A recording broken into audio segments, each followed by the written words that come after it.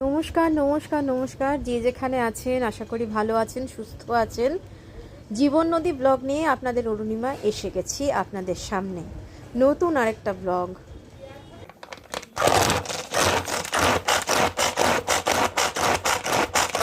প্রতিদিনের মতো দিনের শুরুটা হয় রান্নাঘর থেকে, মশলা পেশাই করা থেকে শুরু হয় দিনের কাজ। তাই খুব দ্রুত পেঁয়াজগুলোকে চপ করে নিলাম।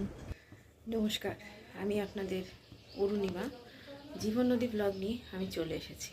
আশা করি যে যেখানে আছেন ভালো আছেন। আজকে হচ্ছে বুধবার। চলুন শুরু হচ্ছে আমার দিন, দেখতে থাকুন। ভয়েস দিতে দিতে হঠাৎ লক্ষ্য করলাম আমি রান্নাঘরে কাজ করি আর আপন মনে মুখটা হাসি হাসি হয়ে যায়। কারণ গতদিন বন্ধুদের সঙ্গে কি কথা বলেছি সেটাই মাথার মধ্যে পাক খায়, আর নিজের মনে হাসি। মনে পড়ে বন্ধুদের কথা, আমার বোনেদের কথা। তো হাসিটাও আমি ক্যামেরায় বন্দি করে রাখি। ফাঁকে ফাঁকে মাংসের মধ্যে নুন মেশাচ্ছি। নুন, হলুদ, মশলা সমস্ত কিছু মিশিয়ে মেখে মাংসটা রান্না করব।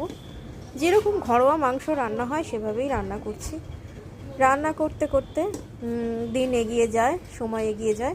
ছেলে গেছে বাজারে মাংসটা, সেই মাংস বলতে চিকেন, আমাদের বাড়িতে একমাত্র চিকেনটাই রান্না হয়। তো চিকেন আনতে গেছে, আর চিকেনটা রান্না যেটা হয় সেটা একমাত্র ওই খায়, ছেলেই খায়। তো মশলাটা মিশিয়ে মেখে রাখছিলাম, মাংসটাকে মেখে রাখলাম। এখনও রসুন আসেনি, রসুন আনতে পাঠিয়েছি ছেলেকে। আর এদিকে আদা কাঁচা লঙ্কা রেডি করে রেখেছি। রসুনটা আসলে ছাড়িয়ে, একটু বেশি পরিমাণে রসুন দিলে চিকেন কিন্তু খেতে খুব ভালো হয়, কারণ আমি নিজে ব্যক্তিগতভাবে চিকেন পছন্দ করি না বা খাইও না। তো একটু চিকেনের মধ্যে কেমন একটা গন্ধ লাগে আমার। তো ওইটা বেশি করে রসুন দিয়ে করলে, ধনেপাতা পরে একটু ধনেপাতা বা একটু কসুরি মেথি ছড়িয়ে দিলে কিন্তু ভালোই লাগে। ঘর মুছা ফেললাম, আর একটু বাদেই ছেলে আসবে বাজার থেকে। এলে গাড়িটা বার করতে সাহায্য করতে হবে, এটা প্রতিদিনকার রুটিন। ও দোকানে যখন যায় তখন গাড়িটা বের করতে সাহায্য করতে হয়, আবার ফেরে যখন তখন তুলতে সাহায্য করতে হয়। এটা চলে দুবেলা। রাতে ওর বাবা হেল্প করেন। হয়তো ছেলে চলে এসেছে রসুন নিয়ে।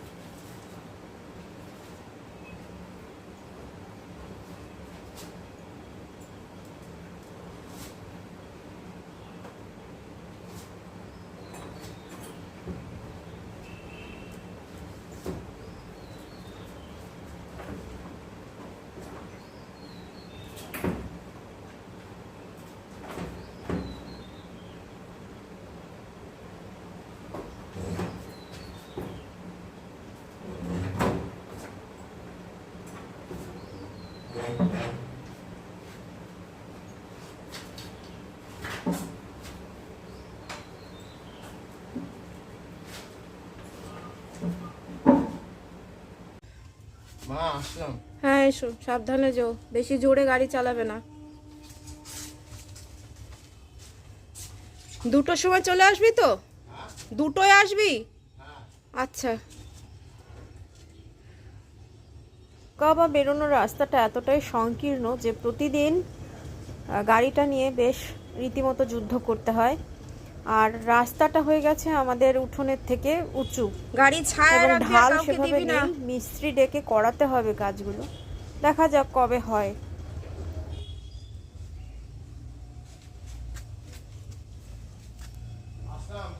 হুম,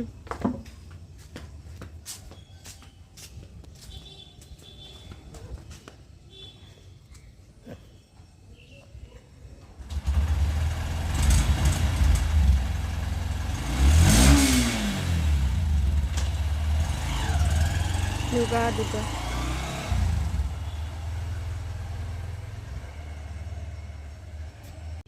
শুনতে বেশ লাগে না, কুসুমাস্তীর্ণ পথ, কিন্তু ঝাড় দিতে গেলে তখন হাঁটু আর কোমর জানান দেয়। তো চট করে ঝাড় দিয়ে নিই। এই যে দেখুন আমার গাছ ভর্তি হয়ে গেছে সুন্দর কাঞ্চন ফুলে, লাল কাঞ্চন ফুল। আমার মায়ের খুব শখের গাছ ছিল।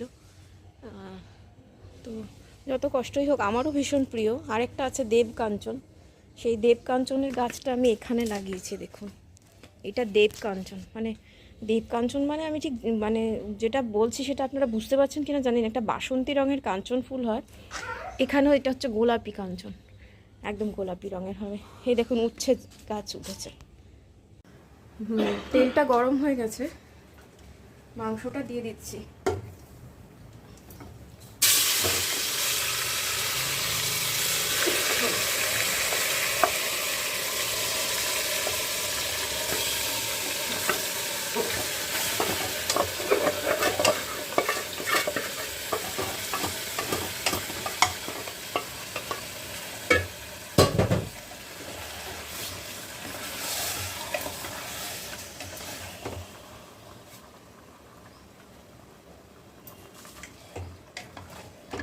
অনেক মশলা দিই, আপনারা দেখেন অনেক মশলার কারণ হচ্ছে পরিমাণে যেটা রান্না করছি সেটাও কিন্তু অনেকটা। কারণ 1 কেজি 300 গ্রাম চিকেন রান্না করতে গেলে তদুপযোগী মশলা তো অবশ্যই দিতে হবে, তাই না? তা না হলে কেন ভালো হবে। এইবার চলবে নিরন্তর কষানোর পালা।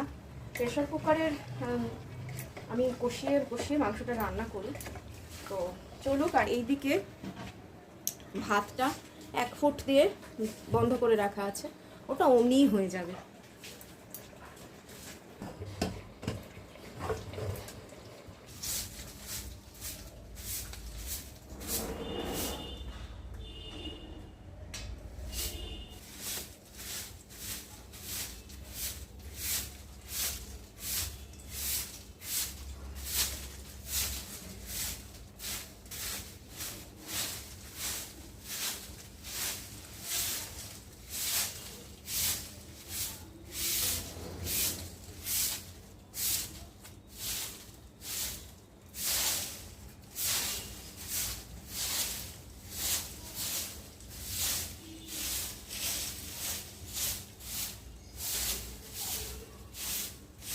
দেখুন মৌচাকটা ছেড়ে মৌমাছিগুলো চলে গেছে। মৌচাকে মধু আছে কিনা জানি না, তবে মৌচাকটা কি করে কাটতে হবে জানি না। যখন গাছে প্রচুর পাতা ছিল, ফুল ছিল, তখন বর্ষাকাল, সেই সময় চাক বেঁধেছিল, হঠাৎ করে চলে গেছে, ন্যাড়া করে দিয়ে গেছে, খুব খারাপ লাগছে দেখতে।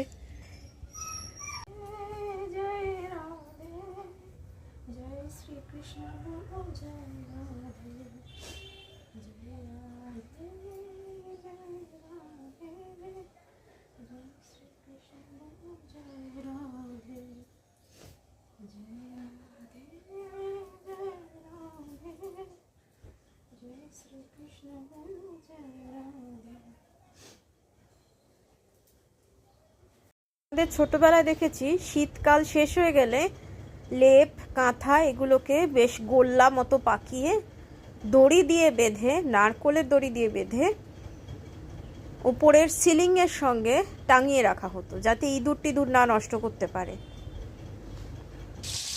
হ্যান্ড টাওয়েলগুলো এখানে রান্নাঘরের যেগুলো কিচেন টাওয়েল সেগুলো পরিষ্কার করতে দিয়েছি, একটু তেল চিটে হয়েছে। আর ওদিকে মাছটা ভাজতে দিয়েছি। একটা কড়াই নামলে তখন আরও এই 2 পিস রয়েছে, এই 2 ভেজে নেব। তো এটা করলেই রান্নাটা হয়ে যাবে, মাছ আর মাংস এটা রান্না করলেই হয়ে যাবে। মশলাটা কষে নিচ্ছে। হ্যাঁ, আমার কড়াইটা এইরকম, কারণ এই কড়াইটা আমার মায়ের আমলে। আর শুধুমাত্র ইউটিউবে দেখাবো বলে আমি তাই দেখাবো। আমার কোনো ধান ভনিতা আমি দেখাতে পারবো না যে এই শুধুমাত্র ইউটিউব করব বলে আমি আরেকটা নতুন কড়াইও কিনতে পারবো না, বা আমার স্বচ্ছন্দ যে কড়াইতে আমি রান্না করে সেই কড়াইটাও আমি বদলাতে পারবো না। এমন নয় যে আমার নতুন কড়াই নেই, একদম ব্র্যান্ড নিউ একটা কড়াই, স্টিলের কড়াই আছে, কিন্তু এই অ্যালুমিনিয়ামের কড়াইতে আমি রান্না করে সুখ পাই, মানে শান্তি পাই আর কি, যেহেতু মায়ের কড়াই এটা রয়েছে। এবং আমি অ্যাজ এ ক্যান্সার সার্ভাইভার সংসারের সমস্ত কাজ আমি একা হাতে করি। আমার বাসন মাজা, ঘর মোছা, কাপড় কাচা সমস্ত কিছুই মেশিন বা আমি নিজের মপ দিয়ে করি। বাসন মাজাটাও আমি মেশিন দিয়ে আমি অবশ্যই করি না, হাত দিয়ে করি। তো যেটুকু পারি, যতটুকু পরিচ্ছন্ন রাখতে পারি ততটুকুই পারি, ততটুকুই দেখাই। এর মধ্যে কোনো ভান বা ভনিতা আমি রাখি না। মশলাটা কষে নিচ্ছি। আগেই তো বলেছি ধনে জিরে গুঁড়ো, ধনে পাতা, কাঁচা লঙ্কা, রসুন বাটা দিয়ে আমি সমস্তটা বেটে আর গুঁড়ো মশলাগুলো দিয়ে রেখেছিলাম। এবার এটা কষিয়ে যখন শুকনো শুকনো হয়ে যাবে তখন এই মাছগুলো আমি এখানে ভেজে রেখেছি, মাছগুলো দিয়ে দেবো। আর আরও একটা কথা বলি, যে আপনারা দেখেন যে আমি অনেক পরিমাণে নুন দিই। এক তো হচ্ছে পরিমাণে অনেক বেশি রান্না করি একদিনে, সে কারণে দেখবেন আমি প্রায় দিনই স্কিপ করে যাই ভিডিও দেওয়া, কারণ আমার পরের দিন রান্নাটাই আমার মুখ্য জীবনের কাজ, তো সেটা থাকে না বলে আমি স্কিপ করে যাই ভিডিও দিতে। আর 2 নম্বর কথা হচ্ছে আমরা হিমালয়ান রক সল্ট খাই, সেটা পরিমাণে একটু বেশিই লাগে। আসল কথা সৈন্ধব লবণ আর এমনি লবণ যেটা সোডিয়াম ক্লোরাইড, সেটার লবণাক্ততা একটুখানি বেশি থাকে, যাতে করে পরিমাণে কম লাগে, কিন্তু হিমালয়ান রক সল্টের একটু বেশি করেই দিতে হয়। কি করব, হাই প্রেশারের রুগী আমাদের বাড়িতে সকলেরই মোটামুটি হাই প্রেশার, সুতরাং এভাবেই চলতে হবে।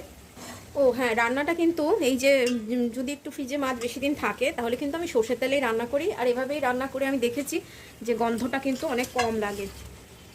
এই মাছগুলো দিয়ে দিলাম, এবার মাছের সঙ্গে মশলাটা ভালো করে মিশিয়ে নেব, নিয়ে তারপর একটু পরিমাণ মতো জল দিয়ে দেবো, যাতে করে ঝোলটা হয় আর কি। মাখা মাখা করলেও হয়, কিন্তু আমাদের ওই যে ঝোল লাগে। আমার কর্তামশাই বলবো, কারণ বরমশাই করার ভূমিকা অনেকদিন ঘুচে গেছে, জীবনে কোনোদিনই ছিল না। তো মাখা মাখা করলে ভালো হয়, কিন্তু ঝোলটা বেশি লাগে, গলায় আটকায়। তো এই ঝোল দিয়ে দিলাম, বেশি ঝোল দেব না, একটু মাখা মাখাই থাক। এবার এটা ফুটে উঠলে নামিয়ে নেব, আর ধনে পাতা ওপর থেকে দেবো না বা অন্য কোনো কিছু দেবো না। যারা চান তারা ওপর থেকে একটু কাঁচা সর্ষের তেল দিয়ে নিতে পারেন, তবে আমি পছন্দ করি না এত কাঁচা সর্ষের তেল, আমি একটু অ্যাভয়েড করি, কারণ এখনকার যে তেল সেটা তো আর তেল নেই, সেটার মধ্যে যে কী বস্তু মেশানো হয় সেটা যারা মেশায় তাদেরই আগে। মাছের ঝোলটা হয়ে গেছে, বন্ধ করে দিলাম, কাজও হয়ে গেছে। মাছের ঝোলটা কী সুন্দর রং এসেছে, আমি কিন্তু কোনো রকম কিছু দিইনি, কোনো